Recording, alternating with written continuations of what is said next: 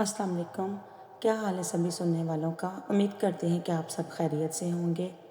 अल्लाह पाक आप सबको अपने हिफ्ज़ व मान में रखे। तहज्जुद के नफ़ल।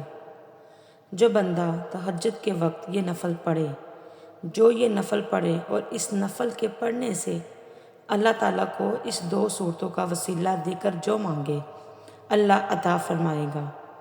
बहुत ही बरकत वाले नफ़ल हैं। इंसान को ठोकरों से बचाते हैं, मुश्किलों से बचाते हैं, नाकामियों से बचाते हैं। रूहानी ताकत और जिस्मानी ताकत को मोहब्बत और प्यार से तवज्जो दें।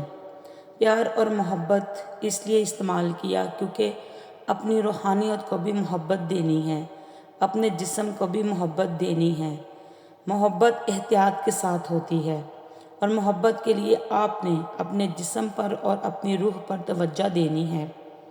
इसके लिए मैं हर एक चीज़ आपकी खिदमत में अर्ज़ करूँगी। आप तहज्जुद के सिर्फ़ 2 नफ़ल पढ़ें, 6 पढ़ लें, 12 पढ़ लें, जितने चाहे नवाफिल पढ़ लें, 2 पढ़ लें। अच्छा, इन 2 में बहुत सी नियतें करें, जैसे सलातुल हाजत, सलातुल इस्तिग़फ़ार, सलातुल तौबा। जो ज़िंदगी पहली गुज़री इस पर नदामत, जो ज़िंदगी पहली गुज़री इस पर तौबा, जो ज़िंदगी पहली गुज़री इस पर इस्तिग़फ़ार। वो शहनशाह हैं, वो करीम हैं। तहज्जुद तो वैसे है ही, इसे सलातुल हाजत, सलातुल तौबा, सलातुल इस्तिग़फ़ार, इन सब में इनकी नियत कर लें और नवाफिल पढ़ें। अब मैं आपको एक तरीका बताती हूँ इन 2 नफ़ल को पढ़ने का। तहज्जुद की पहली रकत में सूरतुल फातिहा के बाद सूरतुल काफ़िरून 11 मरतबा पढ़ें। तहज्जुद की दूसरी रकत में वही अमल दोहराएं, यानी कि सूरतुल फातिहा के बाद सूरतुल इखलास 11 बार पढ़ें। बहुत ताकतवर अमल है।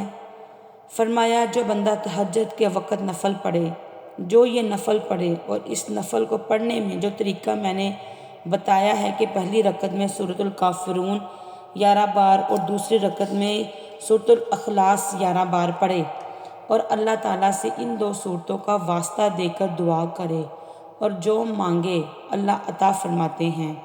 हत्ता कि यहाँ तक कि फरमाया कि ये नियत करें कि ये या अल्लाह दाएं हाथ में सूरतुल काफ़िरून और बाएं हाथ में सूरतुल इखलास के नक्श लिखे हुए हैं। या अल्लाह, मैं तुझे इन सूरतों का वास्ता देती हूँ कि मौला, मेरे अंदर पाकी नहीं, मासूमियत नहीं, मेरे अंदर खामियाँ ही खामियाँ हैं। तू पाक है, तेरा कलाम पाक है, तू ताहिर मुताहिर है और मेरे अल्लाह तेरा कलाम ताहिर मुताहिर है और पाक है। ऐ अल्लाह, इस कलाम के सदके मुझे ये मुराद अता फरमा, मेरी ये मुश्किल हल अता फरमा, मेरी ये मजबूरी हल फरमा। और इसके अलावा ये सूरतें आपकी इन परेशानियों का भी हल हैं जो ज़िंदगी में चल रहे हैं। सूरतुल काफ़िरीन और सूरतुल इखलास ज़िंदगी के बहुत मसाइल का हल है। इन सूरतों में जादू का भी हल है, ये नाकामियों का भी इलाज है, ये नज़र बद का भी इलाज है। ये इंसान को ठोकरें नहीं खाने देती। जो शख्स ये कहता है कि मेरी ज़िंदगी में ठोकरें लिखी हैं, कि मेरे मुकद्दर में सहर है ही नहीं, वो इंसान ये तहज्जुद का अमल कर ले, इंशाअल्लाह ज़िंदगी में कामयाबियाँ ही कामयाबियाँ होंगी। इन नवाफिल की इतनी बरक़ात है कि कोई इंसान इनका सोच भी नहीं सकता कि इसमें कितनी बरक़ात हैं।